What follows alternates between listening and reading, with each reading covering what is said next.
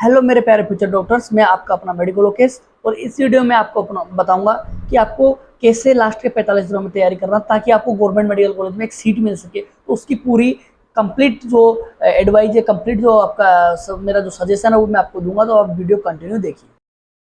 अब गाइज मैं आपको प्लान बताता हूँ। आपको डेली 14 आवर पढ़ाई करना है इस टाइम टेबल के अकॉर्डिंग।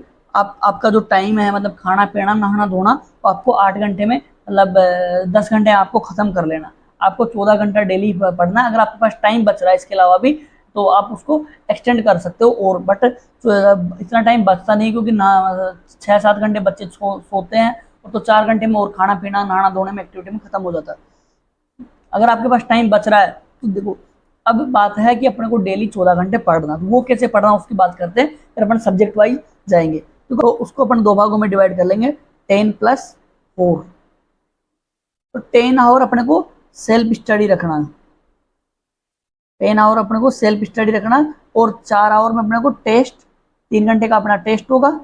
और उसके अलावा 1 आवर अपने को एनालिसिस करना है। यानी 3 घंटे का टेस्ट होगा और 1 आवर का एनालिसिस करना। देखो जैसे सिक्कर की अधिकतर कोचिंगों में डेली टेस्ट होता है, तो मैं सभी के अकॉर्डिंग बढ़ा रहा हूँ। अगर आप जहां भी पढ़ते हो तो आप खुद टेस्ट दो। अगर आपका डेली टेस्ट नहीं हो रहा, 2 दिन में हो रहा है, 2 दिन बचे उस दिन आप खुद अपने अपने अकॉर्डिंग पेपर कहीं से सेट का जुगाड़ करो और खुद टेस्ट दो। सिक्कर में तो होता है, अगर कोटा वोटा आप देश में कहीं से भी कोने में रह रहे हो तो आप खुद दो। और आपको 10 घंटे सेल्फ स्टडी करना है। तो अब सेल्फ स्टडी का मैं आपको प्लान बताता हूँ। तो 10 आवर को आपको 3 भागों में वापस डिवाइड करना। एकदम परफेक्ट प्लान बता रहा हूँ, इसके अकॉर्डिंग चलोगे तो आपको डेफिनेटली सफलता मिलेगी। 10 आवर में से आपको 3 भागों में डिवाइड करना। 4, 3.5, 2.5। 4 आवर आपको बायोलॉजी को देना है और 3 आवर आपको केमिस्ट्री को देना है और 2.5 आवर आपको देना है फिजिक्स को। ये आपको देना है, क्योंकि लास्ट के टाइम में फिजिक्स को आप ज्यादा टाइम देने में उतना आप गेन नहीं कर पाओगे, उतने में आप बायोलॉजी में अच्छा मार्क्स कर लोगे। तो इसलिए आपको बायो को अभी क्योंकि लास्ट के 45 दिन बच रहे और फिजिक्स को उतना टाइम देना मैं उचित समझता नहीं हूँ, तो नहीं देना चाहिए। तो उसमें देखो बायो का कैसे करना है। आपको शुरू की जो मतलब 2 घंटे में आप मोस्टली एनसीईआरटी से इतनी बार तो आपने पढ़ ही लिया होगा कि 2 घंटे में कोई सा भी चैप्टर आप कंप्लीट कर लोगे। तो 2 घंटे आपको पढ़ना है। उसके अलावा 1.3 आवर, 30 आवर मतलब 1.5 घंटा आपको क्वेश्चन करना है। और आधे घंटे जो 30 मिनट बच रही है उसमें आपको एनालिसिस करना है।